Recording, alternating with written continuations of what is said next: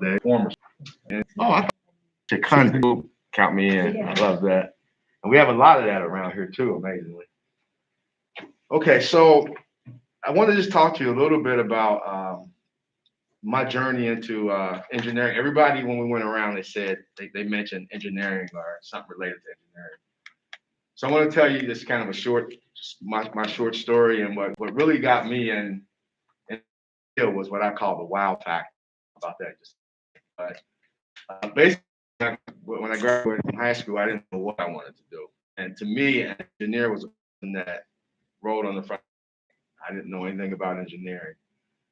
End up going into, I don't know if you can do that now. At the time, I did that I spent 2 years just taking basically general courses. Ended up with like a liberal arts degree, 2-year degree. But I got into, became interested in electronics, which I've always kind of played around with. So I ended up going to UC's electronics schools, the College of Applied Science at the time. Now they merged with UC. It's one big engineering college. And I studied electronics, but in the mirror, younger, they were these big boxes with a screen, and you see the little people inside. And I always wondered how that worked. I would take things apart like that to kind of understand how it worked. But as I went through UC, and I had a lot of smart, wonderful people around me, engineers, and I would always ask the why question. They'll talk about how they use something, but I would want to know, well, why is it the way it is? And that brings me to the first point that I want to make, or maybe ask you, what's the difference between engineering and science? Or is there a difference? But yeah, I think it's concerned with finding out like the fundamental truth of something, whereas engineering is like trying to apply that. Yeah, exactly right. So basically, the word science means to know or to study. It has something to do with nature.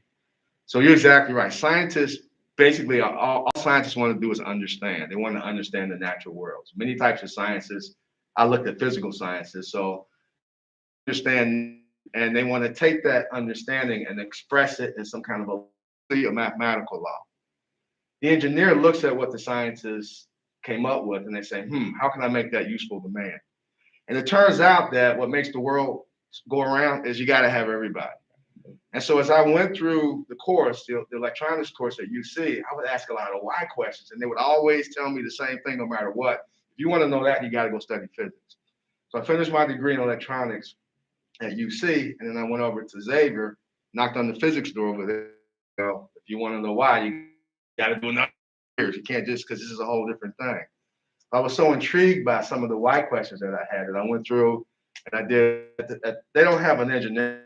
What they do have is called applied physics, which is kind of what I went through, and it's a perfect marriage of a person that wants to know the kind of the theory and the whys, and you want to know some of the application. I'm the guy that's right in between with a kind of a specialty in electronics.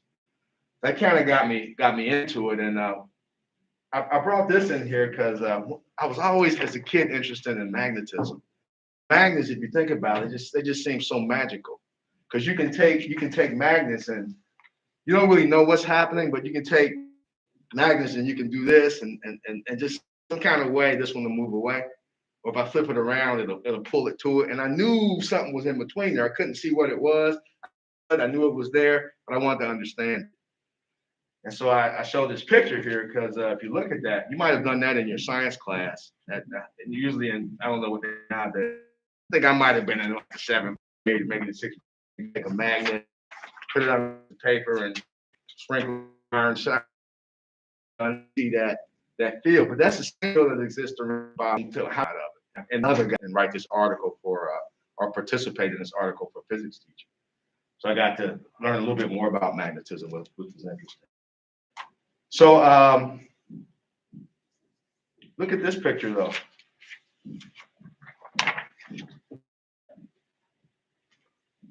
That's you probably a chip. There's a chip shortage now.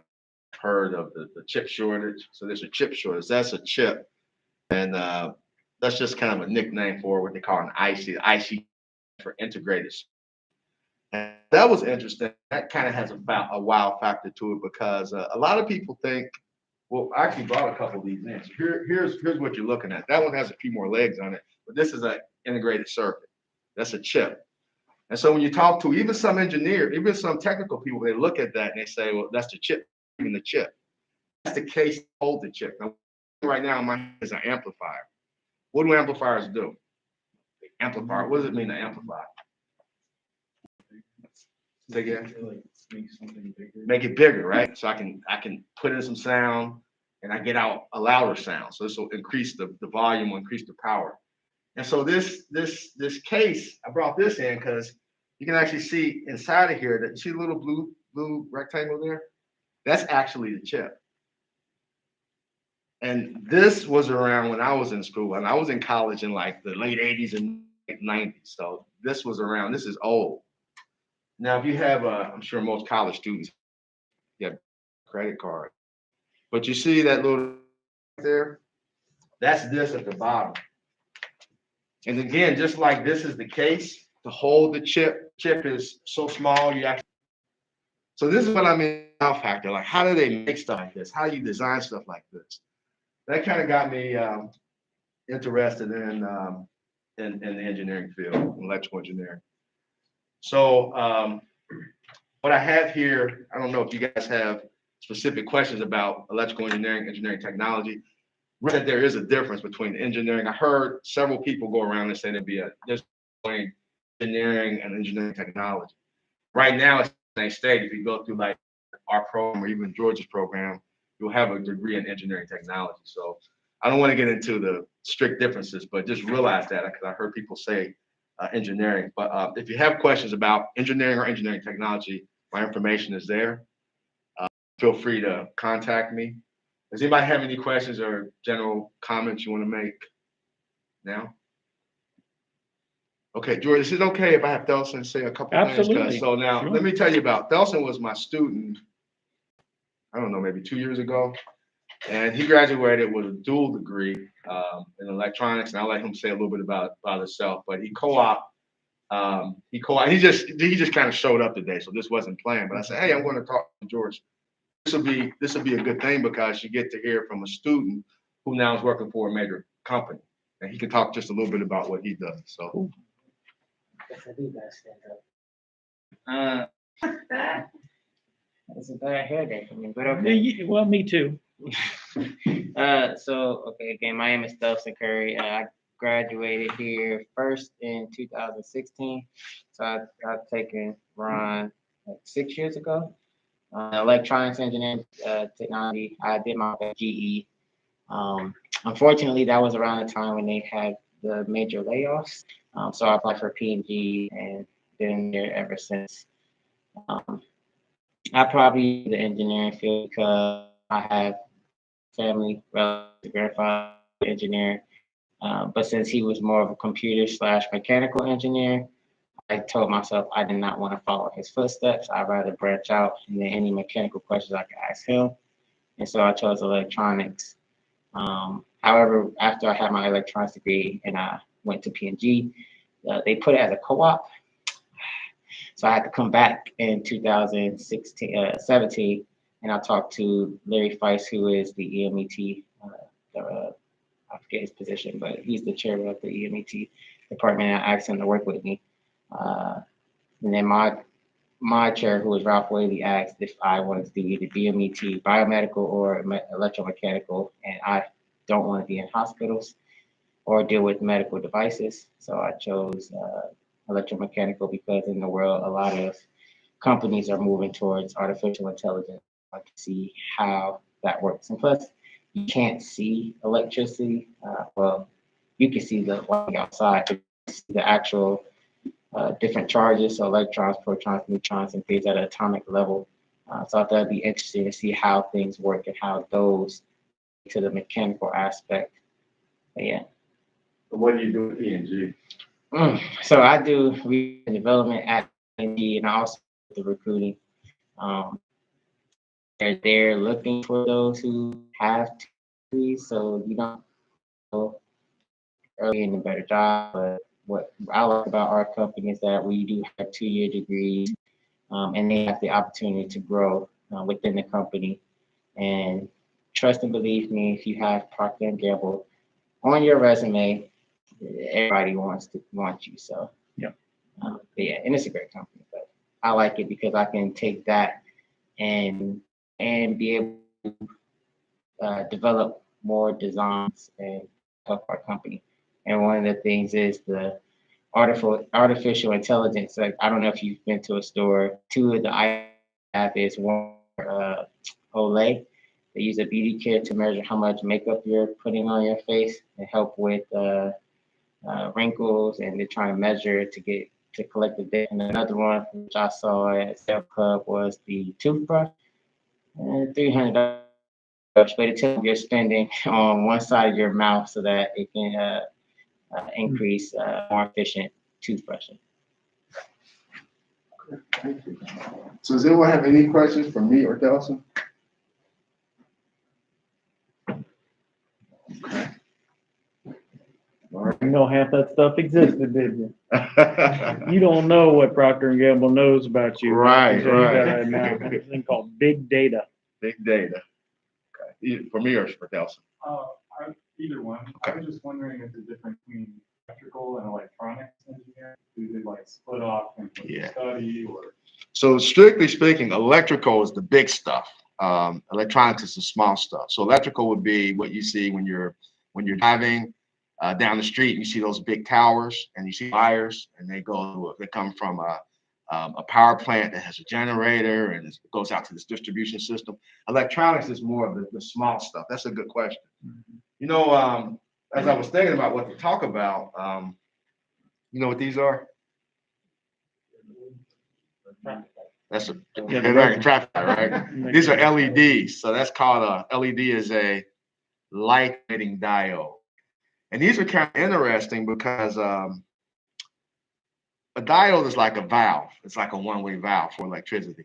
And it turned out that when they discovered the diode, they found out that one byproduct of it was that it gives off light.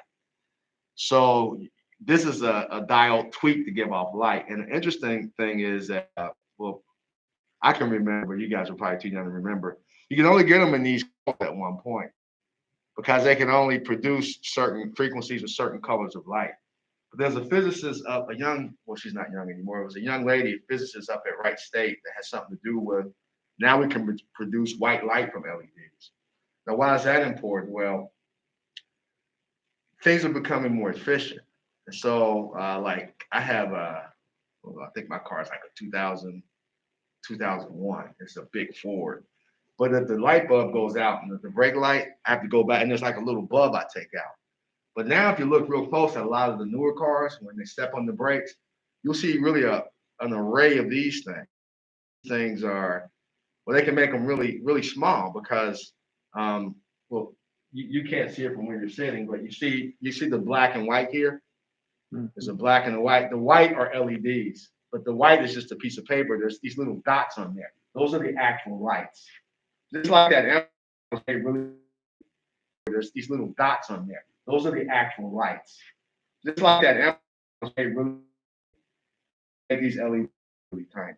But when you think of tiny, they'll be efficient. And these are now. I need to say something efficient. Well, this LED does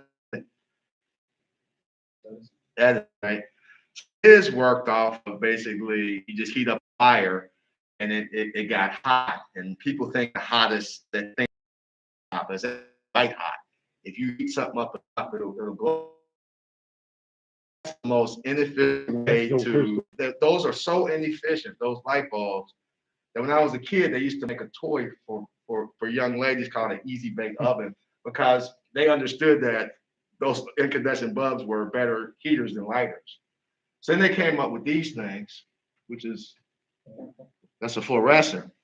And this doesn't have a filament, so you're not heating anything up, but you are exciting the gas. And so the incandescent bulbs, the Edison bulbs are like 5% efficient. 95% of the energy you put into it is wasted as heat.